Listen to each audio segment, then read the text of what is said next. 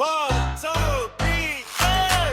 Nalipay imuhang ginikanan nga nakaanak sila og lalaki.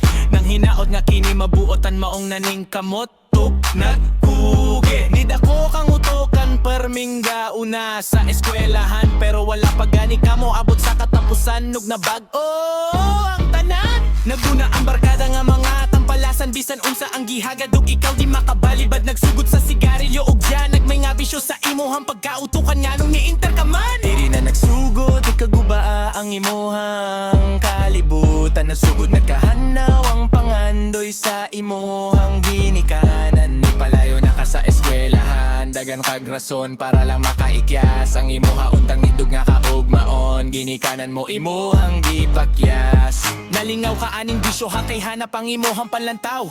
Daghan babae, daghan og lingaw, lingaw, daghan bisyo utok sabaw ug dihang nasipyat ka babae nga sige mo kuyog ni resulta na nabuntis ug nakaanak pa wala pa matagbaw gikaduhaan pa ug sa dihang ni adto ka sa ilahang pamilya na diskobrehan nimo nga nalambigid di ay sila aning ginadili nga droga sa imuhang kahimtang pertini mong lipaya kayang imuhang bisyo madalra nimo sa sala. Nilabay pa ang pipila ka adlaw semana ug buwan ni abot og tuig ug hangtod na lang sobra nakalubog ang imuhang ginghari ang tanan. Bisyo illegal nga binuhatan imuhan ang gisudlan na unsa ka man nga dakoon unta ug maandi ang imuhang ginikanan. Tungod lang sa bato gitapos mo ang tanan, karon nalunod na sa hingpit ang barko sa imong bati nga kaagi ang kanhihayag nga ugma na pasagdanog na tunaw sa tunga sa kagabion nga mamingaw. Wala ka kabantay nga ang oras ug panahon paspas kaayo nga miikis ug midasdas ang imong garbo ug dako nga mithi. Karon nahimo na lang nga abog nalimot ka sa luha sa imong inahan nga nagtulos samtang nagampo sa matag tungang gabi inalimot ka sa singot sa imong amahan nga naganto saron lang unta ka makasaka sa entablado ug makasaksi sa kalapusan nga dugay nang gipaabot apan karon ng tanan na hinuwabo nga ang bumanan kayang imong utok nga hait gigamit mo man sa pagsunod sa unod ug sa dautan nga dalan.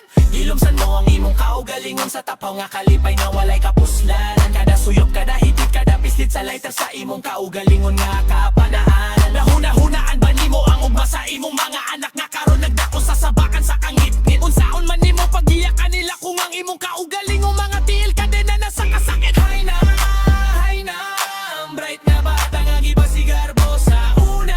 Karon nahimo na lang nga anino sa suok, sige og duko, sige og huna-huna. Wala kay mabasol kun dili ang imong garbo ug ang dinali-dali nga desisyon. Ang maanyong ug magipuli sa kangit-ngitog sa walay katapusan nga pagauliton. Kanaway mo nga gideya sa samin, dili ka baka sa imong daong, dili na to ang garbo sa imong ginikanan.